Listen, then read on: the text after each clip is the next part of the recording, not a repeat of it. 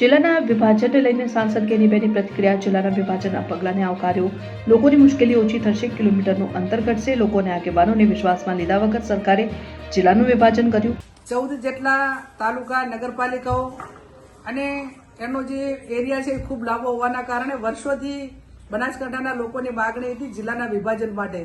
દિયોદરની માગણી હતી, થરાદની માગણી હતી, પેલી બાજુ રાધનપુરની માગણી હતી. પણ જે જિલ્લો અત્યારે અલગ કરવામાં આવ્યો એમાં એક નવા જિલ્લાની અંદર 8 તાલુકા, જૂના પાલનપુરની અંદર 6 તાલુકા, અહીંયા 4 નગરપાલિકાઓ. આ રીતે એનું વિભાજન અત્યારે પ્રાથમિક તબક્કે રાજ્ય સરકારે જાહેરાત મુજબ કરેલું છે.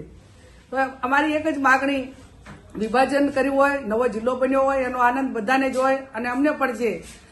લોકો એને જે કંઈ જિલ્લા કક્ષાએ જવાનું હોય તો ઓછા કિલોમીટર ભૌગોલિક દ્રષ્ટિએ વિચારીએ તો 20-25 કે 40 કિલોમીટરમાં જે તાલુકાઓ આવતા હોય એને સ્વાભાવિક ફાયદો પણ થશે.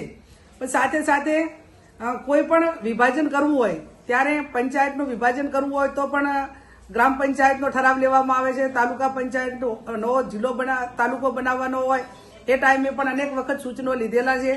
આ વખતે હું માનું છું ત્યાં મારી જાણ મુજબ કોઈ ગ્રામ પંચાયતના સરપંચો હોય, તાલુકાના આગેવાનો હોય, ધારાસભ્યો હોય કે ચૂંટાયેલા પદાધિકારીઓ હોય એમનો કોઈનો પણ અભિપ્રાય હું માનું ત્યાં સુધી લીધેલ નથી.